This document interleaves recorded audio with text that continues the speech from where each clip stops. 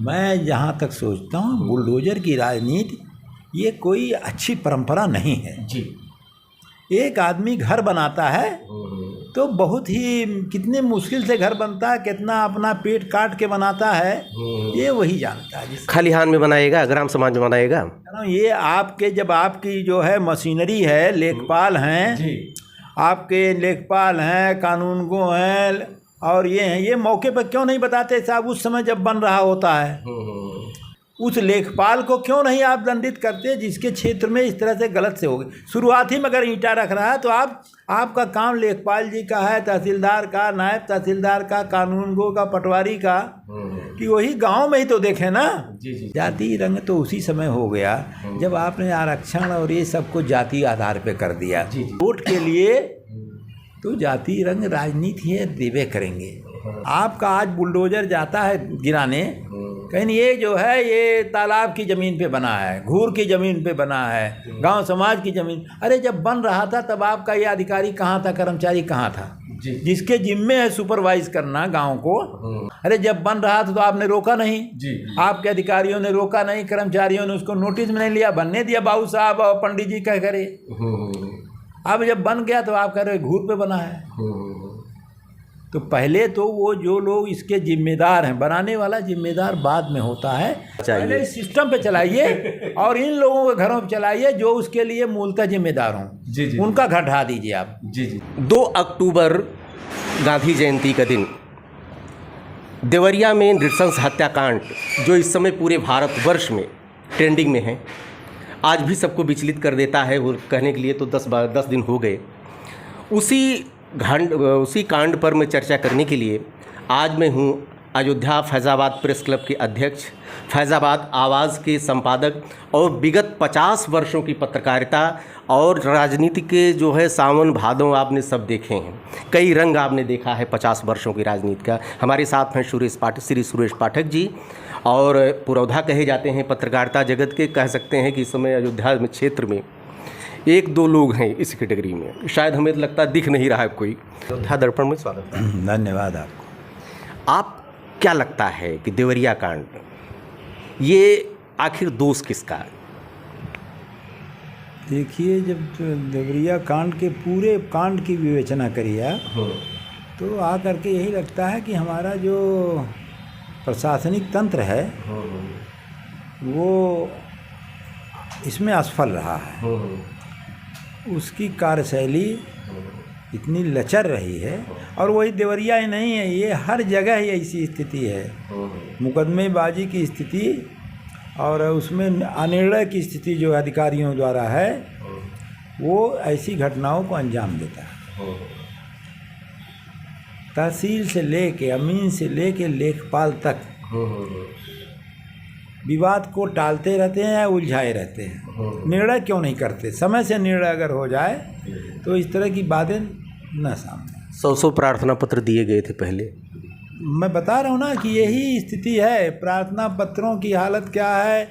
लोग दिन भर कचहरी में बैठे रहते हैं, लेखपाल नहीं मिलता है, वो नहीं मिलते हैं, नायब तहसीलदार, या उनको निर्णय नहीं मिल पाता, शाम को घर चले जाते हैं। ऐसे विवाद जब लंबित होते हैं, खासकर जायदाद के विवाद, हम लोग के यहाँ एक कहावत बन गई है कि साहब अगर आप दीवानी चले गए या खेत खलिहान की लड़ाई झगड़ा मुकदमेबाजी में चले गए तो आपकी कई पुश्तें बीत जाएंगी, निर्णय नहीं होता है। एक बिस्सा ज़मीन के लिए लोगों के कई बिस्से ज़मीन बिक जाते हैं लड़ने में।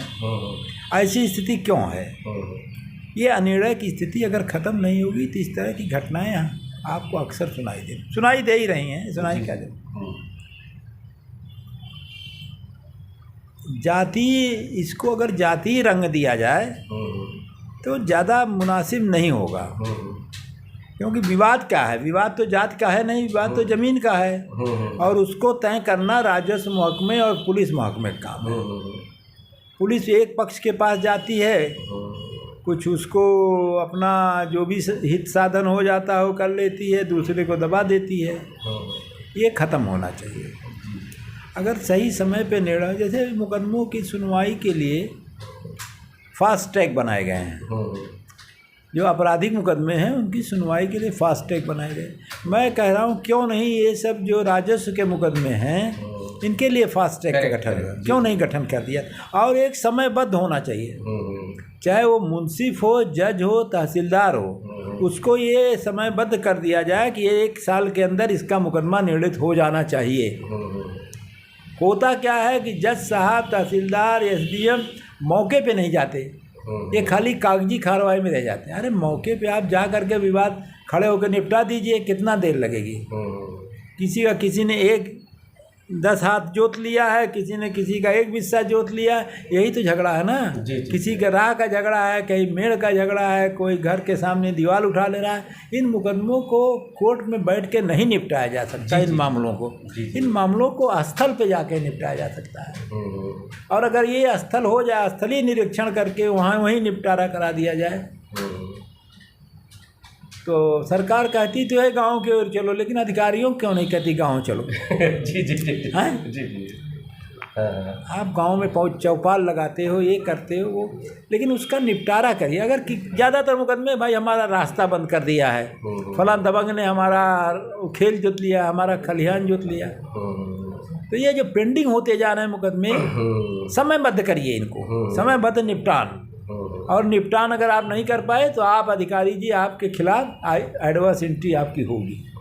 कुछ ऐसा करिए। 4-4 साल से मुकदमे सुलह में लपटे हैं, अरे आप बैठाइए, दोनों को सुलह कराइए, दोनों पक्षों को।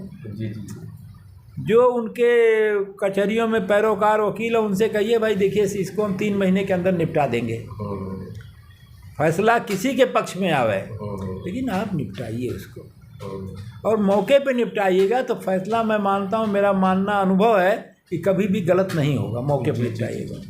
आपको जब लगेगा कि ये गलत हो गया, इसका रास्ता बंद कर दिया, इसकी ज़मीन पे कब्जा, इसके चक रोड पे कब्जा कर लिया, तो वहीं पे फैसला हो जाएगा। आपके पास फोर्स है, क्यों नहीं इसको निर्णय करा देते हैं। आदमी जब कचहरी रोज दौड़ता है, कचहरी, और एक तो जो है जो न्याय प्रक्रिया इतनी जटिल होती जा रही है कि आज तारीख पड़ा, वकील साहब ने दरख्वास्त दी है कि हम आज बीमार हो गए, फिर 1 महीने की तारीख पड़ गई, 10-10 दिन कचहरी चल रही है हाल, और हड़ताल कचहरियों की जो स्थिति है देख ही रहे हैं आप। तो इसको सरकार को चाहिए, जुडिशरी को खुद चाहिए कि उसमें पहल करें, ऐसे मामलों में निपटाने के। चकबंदी के मामलों कहा जाता है कि साहब बीत जाती है, कई पूछते हैं चकबंदी नहीं निपटती, ये क्या मजाक है। आप निपटाने के नियत कर दीजिए कि समयबद्ध करिए उसको कि साहब 1 साल में 6 महीने में इसका निपटारा करेंगे। वकील साहब लोगों से कह दिए साहब इसमें दरखास्त नहीं लेंगे हम कोई, हम इसका फैसला मौके पे चल के करेंगे। क्यों नहीं कर देते भाई। तो ये मामला जो है, देवरिया का मामला भी इसी तरह से लटकता रहा है। ऐसे देवरिया जैसे तमाम प्रकरण जो हैं देश में ही क्या, उत्तर प्रदेश नहीं देश भर में। आपने धर्म की राजनीति देखी, जाति की राजनीति देखी, अब आप बुलडोजर की भी राजनीति देख रहे हैं। आपको लगता है कि अब राजनीति की दिशा किधर जा रही है? मैं जहाँ तक सोचता हूँ बुलडोजर की राजनीति ये कोई अच्छी परंपरा नहीं है जी। एक आदमी घर बनाता है तो बहुत ही, कितने मुश्किल से घर बनता है, कितना अपना पेट काट के बनाता है, ये वही जानता है। खलिहान में बनाएगा, ग्राम समाज में बनाएगा, ये आपके, जब आपकी जो है मशीनरी है, लेखपाल हैं जी, आपके लेखपाल हैं, कानूनगो हैं, और ये हैं, ये मौके पर क्यों नहीं बताते साहब, उस समय जब बन रहा होता है सारा कागजात इनके पास है, खलिहान कहाँ है, घूर कहाँ है, गढ़ई कहाँ है, मेड़ कहाँ है, तो ये उसी समय क्यों नहीं रोकते। जब बन जाता है किसी का घर, ये जैसे बनावे तब आपको सुनाई देता है कि इसने घर गलत बना दिया है। उस लेखपाल को क्यों नहीं आप दंडित करते जिसके क्षेत्र में इस तरह से गलत से हो गई। शुरुआत ही में अगर ईंटा रख रहा है तो आपका काम लेखपाल जी का है, तहसीलदार का, नायब तहसीलदार का, कानूनगो का, पटवारी का, कि वही गांव में ही तो देखे ना। जी जी जी। अगर वो उस गांव में बढ़ने दे रहे हैं क्राइम, पुलिस अगर क्राइम बढ़ने देगी तो कहा जाए पुलिस बड़ी अच्छी है, ये तो नहीं है। तो मौके पे इनको जिम्मेदार क्यों नहीं ठहराया जाता। अगर क्या ये गांव नहीं जाते, अपने हलके में नहीं जाते होंगे, हलके में जाते हैं तो इनको नहीं दिखाई देता कि साहब ये घूर पे बना रहा घर। उसी समय अगर ये चेक हो जाए, उसी समय रोकथाम हो जाए तो नौबत ना आवे। इस घटना को जातीय रंग दिया जा रहा है। देखिए राजनीति होती है भाई तो जातीय रंग तो दिया है। जाति रंग तो उसी समय हो गया जब आपने आरक्षण और ये सबको जाति आधार पे कर दिया। जी जी जी। आज जो है, मैं ये नहीं कह रहा हूँ, मैं कह रहा हूँ इनको बढ़ावा देना चाहिए। पिछड़ी जातियों को, ओबीसी को, जो उपेक्षित पड़े हैं, इनको अवसर नहीं मिला, देना चाहिए, लेकिन एक सीमा तक ही देना चाहिए। जाति रंग हो गया, ब्राह्मण के खानदान वहाँ मार डाला गया, नष्ट हो गया, यादवों ने मारा, ये सब तो वोट के लिए तो जाति रंग राजनीति है, देवे करेंगे। लेकिन ये नौबत क्यों आने दे रही सरकार? मशीनरी क्यों ऐसी नौबत आने देती है? हैं तो उनके खेत हुए जोतलीन, तो क्यों जोतलीन भाई? ये तो फैसला आप कर लीजिए। इतना पुलिस से बड़ा कौन सा, वो मैं कह रहा हूँ कि अगर उसको दूसरे शब्दों में कहूँ, माफिया कौन हो सकता है? जी जी। हैं आपका आज बुलडोजर जाता है गिराने, कहीं ये जो है ये तालाब की ज़मीन पे बना है, घूर की ज़मीन पे बना है, गांव समाज की ज़मीन। अरे जब बन रहा था तब आपका ये अधिकारी कहाँ था, कर्मचारी कहाँ था? जिसके जिम्मे है सुपरवाइज करना गांव को, किस लिए बने हैं? राजस्व महकमा इसीलिए बना है। अब क्या निदान है जब बन गया है? अब पैमाइश हो गया तो क्या यही निदान है कि उसको अवैध करके बुलडोजर चला दिया जाए? जी हैं? अरे जब बन रहा था तो आपने रोका नहीं जी। आपके अधिकारियों ने रोका नहीं, कर्मचारियों ने उसको नोटिस में नहीं लिया, बनने दिया बाबू साहब और पंडित जी कह करे।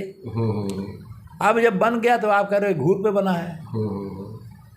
तो पहले तो वो जो लोग इसके जिम्मेदार हैं, बनाने वाला जिम्मेदार बाद में होता है, जिसके जिम्मे, जिसको आप तनख्वाह देते हो, इसकी पैसे की, जनता के पैसे से तनख्वाह मिलती है, इसीलिए को गांव-गांव हल्का बटा होता है। कहने का मतलब बुलडोजर जो है पहले तो इन सिस्टम पे चलना चाहिए, पहले सिस्टम पे चलाइए और इन लोगों के घरों पे चलाइए जो उसके लिए मूलतः जिम्मेदार हों। जी। उनका घर ढा दीजिए आप। जी जी जी। तो उनके अंदर आएगा कि हमारे काम की भावना आएगी कि नहीं साहब, हमको हमारा जिम्मेदारी है, हम सुपरवाइज करें, खेत मेड़ इसकी, तालाब की और गढ़े की रखवाली करें, नक्शे में दर्ज है कागज में। अरे एक दिन में तो घर कोई बना नहीं लेता है,